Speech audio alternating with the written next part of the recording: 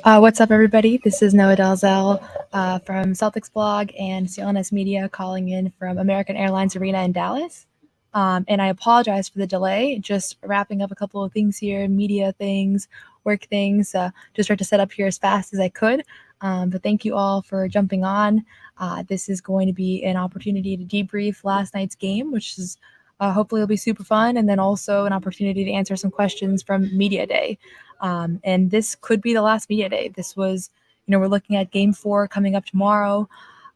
This is one of those things where, I kind of had a pinch me moment of this could be it, right? They might not even come back to Boston. And so right now I'm just kind of sitting in this hallway. You can kind of see players are kind of walking through there. And actually kind of funny, players have been like walking by. So maybe I'll leave it like here so you can see if someone does walk by. But sitting right outside the press room, just because I feel kind of bad when all the reporters are like locked in doing work and then I'm like yelling into the mic. So that's why I moved out here.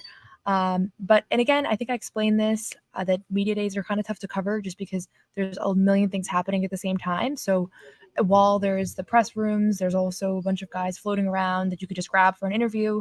And at the same time as that, you also have people place at different podiums throughout the arena. So you have like Jrue Holiday, Al Horford, Derrick White, those kinds of players, like starters, but not Jaylen and Jayson. They're kind of scattered throughout. And then you have players like, O'Shea Brissett and Peyton Pritchard, or actually not Peyton Pritchard have one, but O'Shea Brissett or like Jaden Springer, those guys get to kind of sprinkle around, and they have different media availabilities and things like that. And so I usually don't go to the pressers just because we get to go to pressers all the time. And so it's an opportunity to chat with players and kind of get to know them on a more personal level than you otherwise might. And so yeah, I'm going to start going through some questions. I'll just share my overall kind of high level game 3 thoughts. I thought that it was just super impressive, the composure that they had down the stretch to withstand that Mavericks run. That ultimately Jayson Tatum kind of said it best after the game, like basketball is a game of runs, and you can do everything you can to try to prevent that. But after the Mavs had a third quarter that was pretty slow, you can kind of expect they're going to come back and hit some shots in Q4, and they did. And so the question is all about how do you withstand that? I think they withstood it. Probably nobody was bigger during that play, during those last few minutes than Jaylen Brown, who had both a putback and then also a turnaround jump shot that was just, or not turnaround, but just a pull up, like just bread and butter. Just a beautiful shot. I wrote about it for Celtics blog. You can read my article about how I thought that shot really kind of defined his career in this really career-defining playoff run. And then obviously it wasn't just Jaylen. It was a bunch of different guys. Tatum, there was a Derrick White pass that he caught that almost got picked off and dunked that one, and that was huge. Jrue Holiday picking up a charge on PJ Washington. So many guys stepping up down the stretch. Derrick White hitting the huge 3. So that was awesome. And then, yeah, like Xavier Tillman, to me, that was the story of the night. I love, I think every championship team needs to have like that one guy off the bench that came in and had their big game. And in this case, I think that it was him. And, it was funny because I posted clips from yesterday of my conversations with him preparing. And he said, I usually don't know when I'm going to go in. I usually don't know if I'm going to get, check in or get an opportunity, but I'm staying ready. And he's somebody I asked him about it, but he's always like doing squats during the timeout. So he's staying fresh. And obviously last night that came in handy because he came in, played really significant minutes off the bench. And not only were they significant minutes in the sense that he was able to, play well defensively. He hit that major 3-pointer from the corner. I see a couple of you have asked about that in the chat, so I'll just start there. I thought it was one of the most special moments of the season, just the way the bench reacted. I mean, they reacted like it was a game winner, and obviously it wasn't a game winner, but it was a really impressive shot to hit, considering the fact that A, he's been like a 25% 3-point shooter on the season since joining the Celtics, and then B, you're also in this position where he has barely taken any shots on the court during this playoff run. And so to hit one, it's just remarkable. And so I was super impressed by his composure, his readiness to step in. The next thing you know, Xavier Tillman, who didn't even have a podium spot, there's like 6 or 7 players that do during media day, is going to the podium after the game. And, was talking about the NBA Finals and his performance there. And I got to ask him about what it felt like in that moment, not only to hit the 3, but also to look over at his bench and see guys celebrating. And he said, I see O'Shea, I see Svi, Those are my SRG guys, my stay ready group guys. And they're guys that work out. Most of their game experience is with one another. And so they've been challenging each other to get better all year. And now you're in this position where maybe it wasn't Svi out there that hit the three, although he definitely could have, because he always seems ready whenever he checks in. But it was Tillman that did, and it was a massive shot, and it helped provide them with a lot of momentum. And it was really awesome. And I just really just an incredible game, incredible win. And this Celtics team is up 3-0 in the NBA Finals. I feel like it's a lot of vindication for them, as they've been having to answer questions all year about previous Celtics teams. And Jaylen Brown, I think he's noted it a couple of times. He said, this is a new team. This is a new season. We're new players. And last night he said it, for the last 6 to 8 months, we've been having to answer questions about previous Celtics teams. And there's no reason to do that, because we can answer questions about this current team, right? That's kind of what he was referencing at. And this current team is a historically great basketball team. That's the truth. You can look at it any way you want. Their point differential has been off the chart. Just everything about them.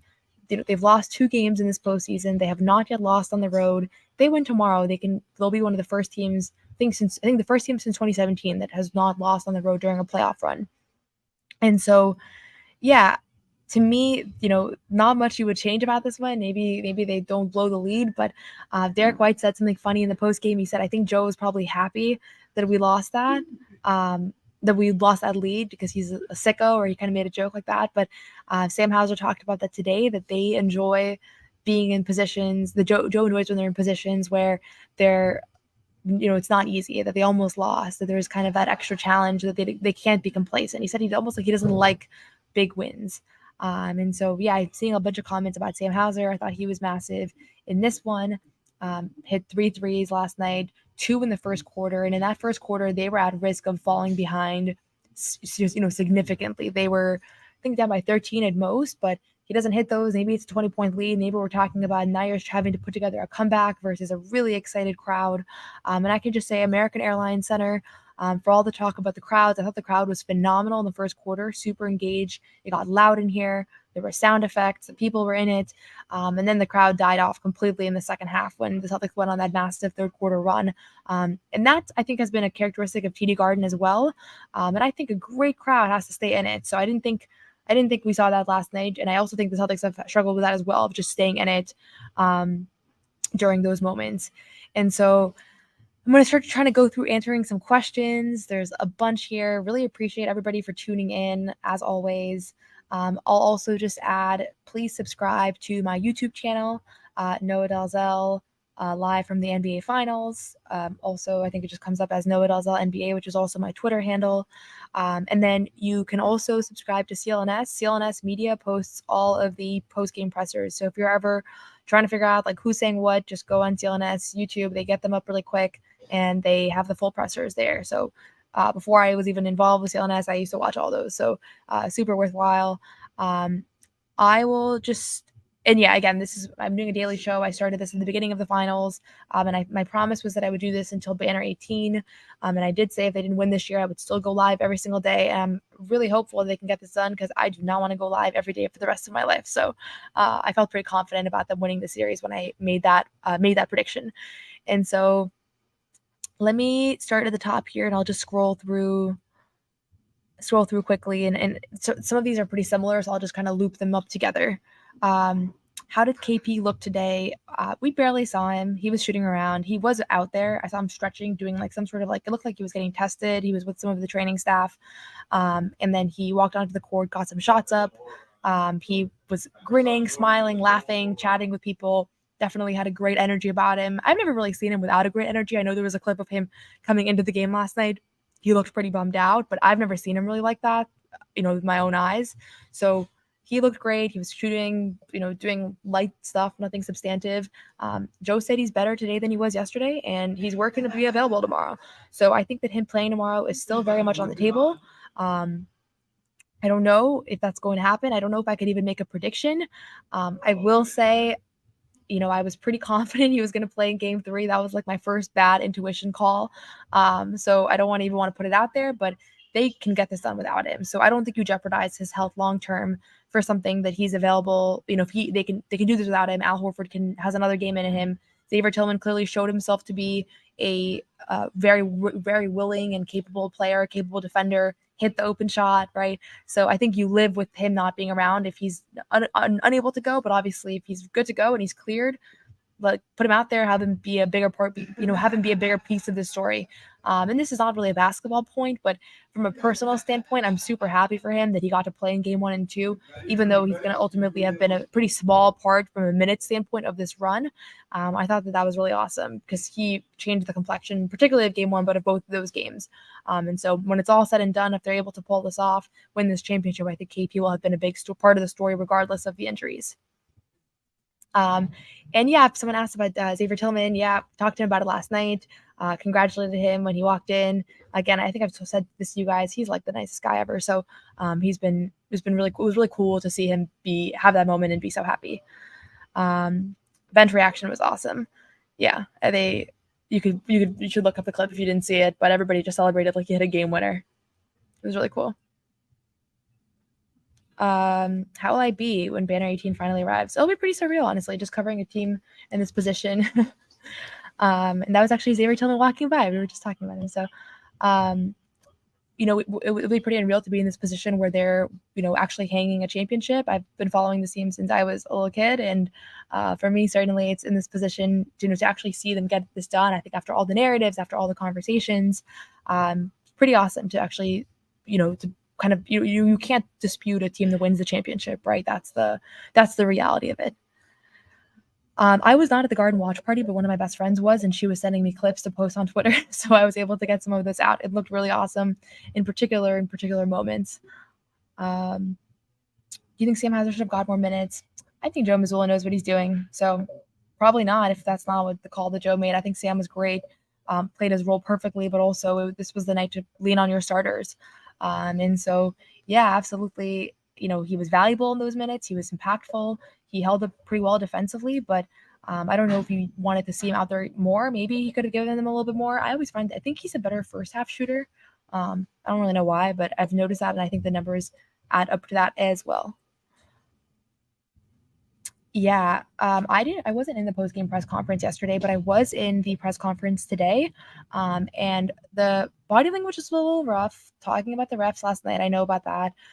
Saw the clips, and then today I felt like it was very much of a reflective post-game interview of like, what did you learn from this finals? Like moving into the future. It was kind of ironic because they're still in this, right? Like this series is far from over. You still got to win a game. It's really hard to win a closeout game. And we saw with the Celtics last year, they were down 3-0, and they came back and won 3 straight games. And I think everybody's thinking about that. In the media, we're certainly having like, I don't want to say victory laps, but everybody's kind of thinking about the story of them winning the championship, but they still got to get there. But the Mavs don't seem like they have that fight in them. Personally speaking, I would be surprised if they were able to kind of make a real threat here to come back. Yeah, JG had some good lines today. Check out his full game availability on CLNS Media. One of the things that he said was about how even if they're able to get this done and be a historically dominant team, effectively, this is people are going to just say it was an easy path. So I think they know they're always going to be a narrative out there. I don't even think it should be entertained personally because they had a historically dominant regular season, put themselves in position to be the number 1 seed, and that's why they're in the position that they're in right now. Jordan Walsh content, he actually just walked by as well. Yeah, see, this is like the tunnel. So I should have had it like this because then you guys would have been able to see Tillman walking in the background right as I was talking about him. So let's see, just going through here.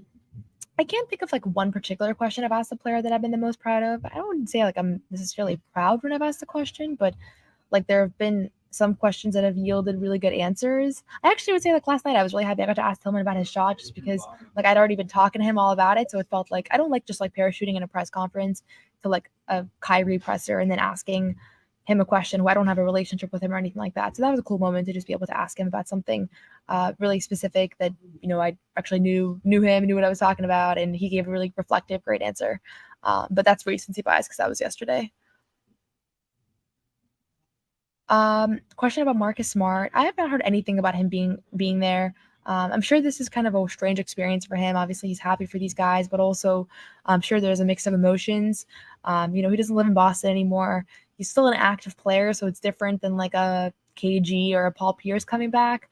But yeah, maybe game 5, I think we could maybe see a lot of former players there if it does go to that. So I haven't heard anything, though. I'll let you guys know if I do. I touched on this a little bit. But yeah, narratives will always be there. I think this is one of those narratives that will be a thing that the media will push this summer. I don't even want to entertain it. The same thing with like the finals MVP stuff. I find that stuff so tired, like the debates around like legacy and things like that. They beat all the teams. They were on their path. They beat them pretty handily.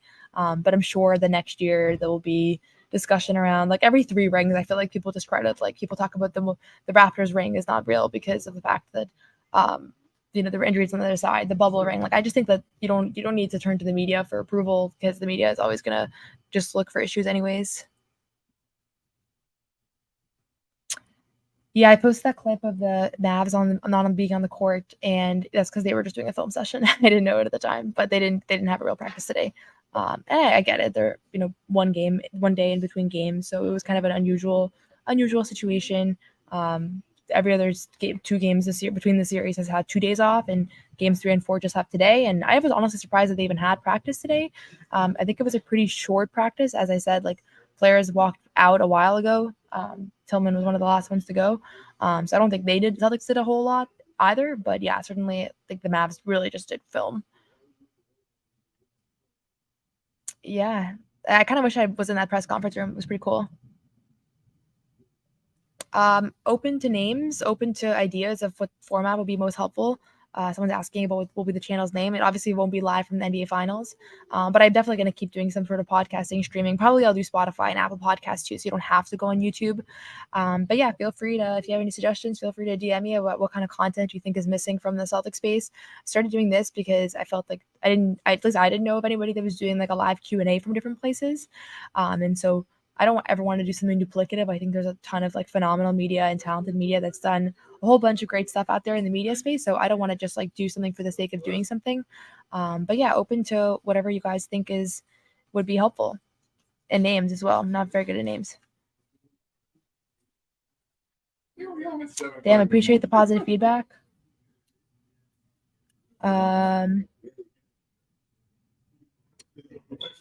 I'm a little distracted because the players are walking by.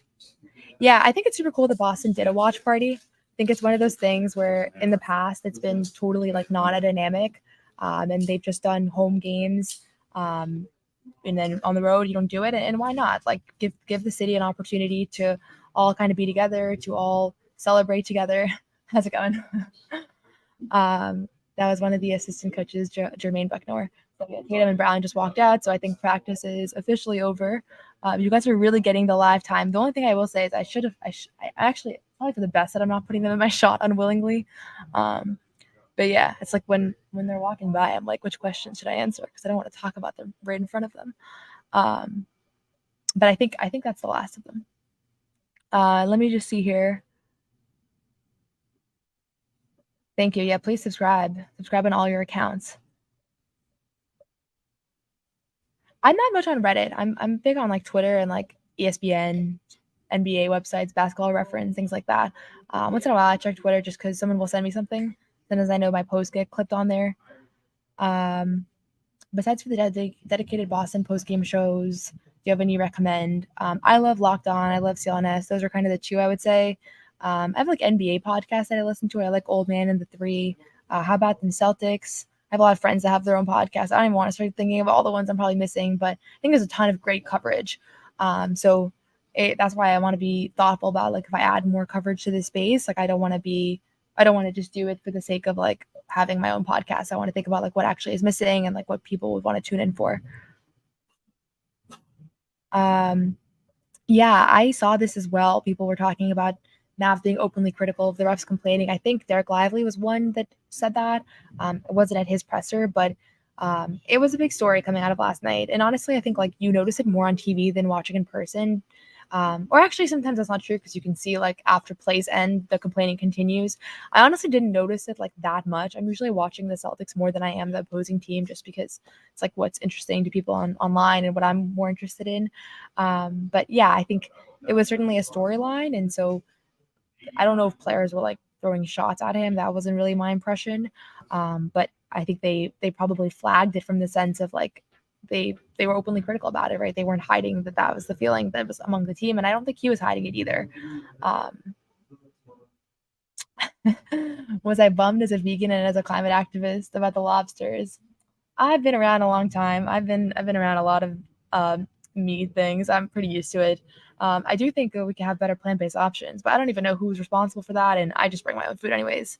But yeah, if you check out, we have vlogs that Ahmed, our CLNS's producer, has been putting together of different games. So yeah, you should check those out, and you can see what the food was like for sure.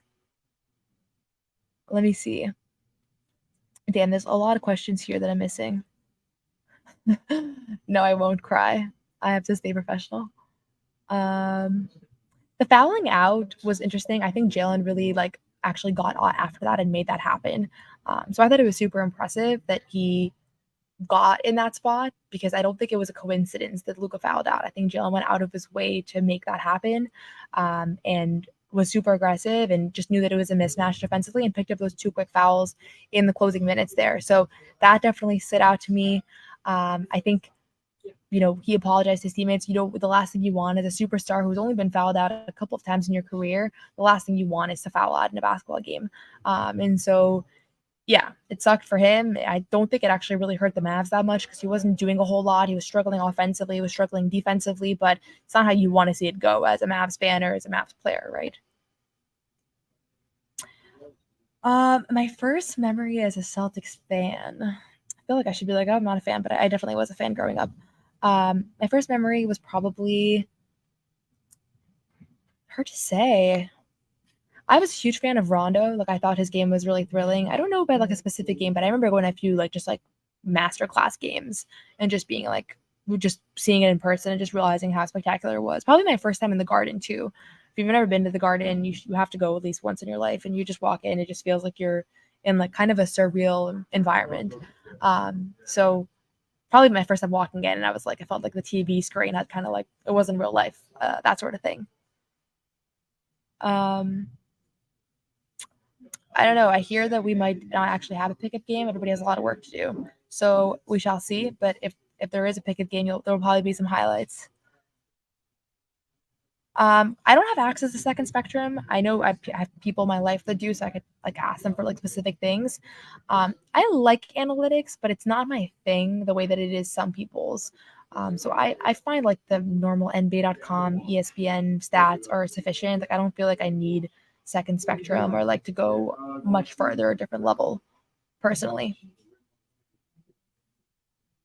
Yeah, he kind of did put himself in position to, and I think that's why Luka did take responsibility for that charge because he made a risky play. So it was a bad defensive play. I think he just a little bit of a loss. Like I feel kind of bad. Everybody's like ripping on him defensively, and obviously the effort has room to improve. But I also think that he's in a position right now where he like doesn't have the tools to be a great defender because he hasn't been doing it his whole career. So I think he just like really struggled with Jaylen as a matchup, and yeah, it was kind of hard to watch. I felt like they did a great job of exploiting that. And Jason Kidd had a great quote about it today at his presser. He said, this is one of those things where, he's improved a lot on defense from the beginning of the playoff run, which I don't know if that's true. I haven't been watching close enough to really understand if there's like been a notable improvement within this postseason run. I honestly didn't feel that way watching, and I've watched all the Mavs games, but I believe him that it's probably some sort of analytics or lens that does show that. But I think that the Celtics are phenomenal at hunting mismatches and at putting themselves in the position to find the weakest defender on the court and going right at him. And Jason Kidd was like, they put him in literally every action last night. And so that made things really complicated for him. And even if he's good 75% of those actions, that means that he's still making so many costly mistakes, whether that's the 6 fouls, whether that's, letting people blow past them. We've all seen the video compilations. And so I feel that they just did a great job putting him in the action, and that's why he looked so bad, I guess, on that end. And not every team has been able to exploit that. And Celtics have been doing this all year. Like this has been one of the central kind of tenets of their philosophy. Do you think the Celtics will play their best game? I thought they were pretty excellent in game 1.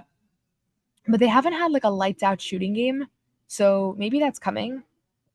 Who's to say?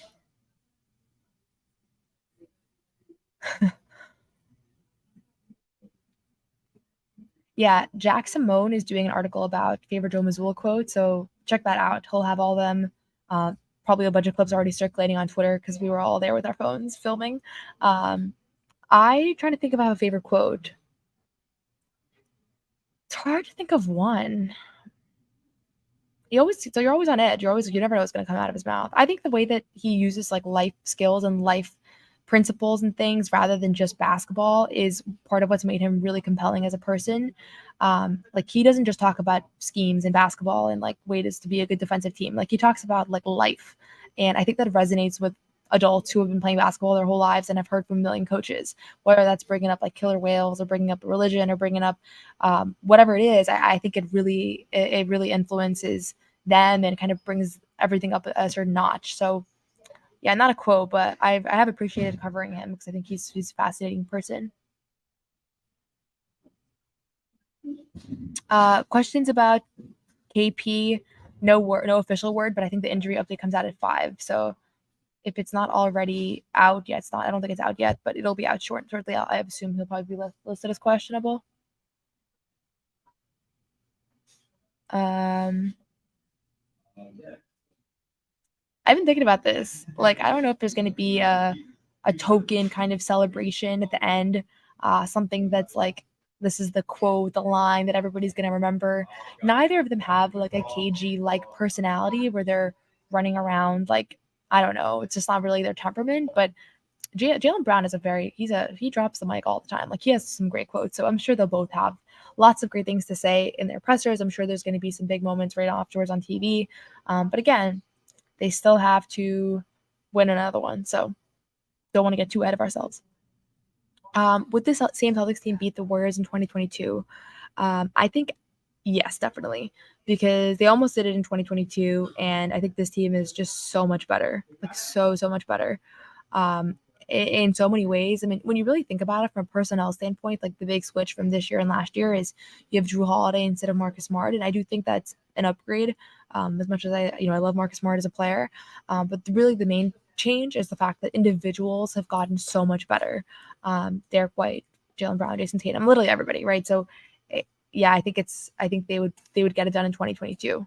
I think they would beat a lot of teams. This 2024 Celtics team. I think this is a historically great team. I'm going to wrap this up in a second because I have a bunch of other things I need to do. But I just want to say, really appreciate everybody for tuning in. If I'll definitely be going live pregame, we'll talk more closely about kind of what to expect tomorrow and everything. And I'll go live on Saturday, whether that'll be recapping a championship or whether that'll be kind of discussing what went wrong in game 4, either way. And so, yeah, really appreciate everybody for continuing to tune into these. Some days I can go longer, some days shorter, but in general, just the support has been awesome. And just in general, like I'm glad that fans have had such a fun team to cover and to follow, because I do think this has been a really special team from so many different standpoints, whether that's from the personnel standpoint, from the growth, from the fact that so many of these players are homegrown and have been here for a long time. So to me, yeah, I think this has been an incredible experience from a coverage standpoint. This is my first year covering the NBA. I think a lot of you know that. If you know me, I could not have asked for a better first year. And I will just say, like, I'll definitely be continuing kind of the online coverage. I don't think that there's ever, there's always more stories and more things to discuss. So I'm sure we'll have a lot to discuss in the off season as well. And I see one more. I get distracted. This is the one thing I got to work on with these pods is the questions in the chat. I lose my train of thought, and then the people walking by. Like most of the Celtics team throughout these last 30 minutes walked right in front of me, and like half of them I just wanted to stop talking because I was like, I don't even know if they can hear me or whatever. I'll just stop there. Someone just asked me this question. 2024 Celtics for sure. Again, you don't want to jinx it, but I think this is a better team, more deep. I think just defensively, stronger, nightmare. And the numbers add up too. Like they haven't gone more than 5 games any series. It's 2008 Celtics, 7 games against Al Horford. So there you go. Okay, wrapping it up here. Thanks, everybody. Have a great rest of your days. And I'll be posting more clips from today's media day online. So tune in for that.